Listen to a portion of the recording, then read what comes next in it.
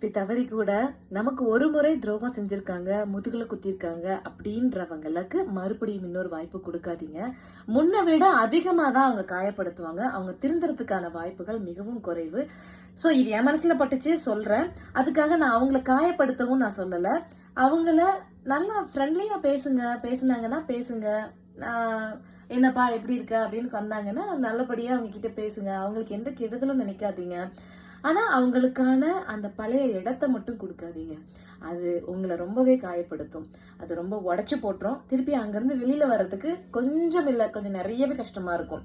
அதனால ஒரு தடவை முறிஞ்சு போச்சுன்னா கொஞ்சம் அதை அவாய்ட் பண்ணிட்டு ஒதுங்கி போறது சரிங்கிறது என்னோட கருத்து.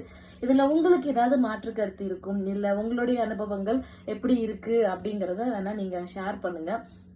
தவறு இருந்ததுன்னா திருத்திக் கொள்ள பழகுறேன். ஆனா என்னுடைய அனுபவத்தை நான் அப்படித்தான். ஒரு முறை வேணான்னு முடிவு பண்ணியாச்சுன்னா அது வேண்டாம் தான்.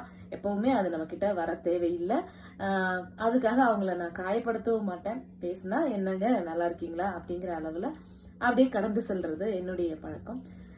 நீங்க என்ன நினைக்கிறீங்கன்றத கமெண்ட்ஸ்ல சொல்லுங்க.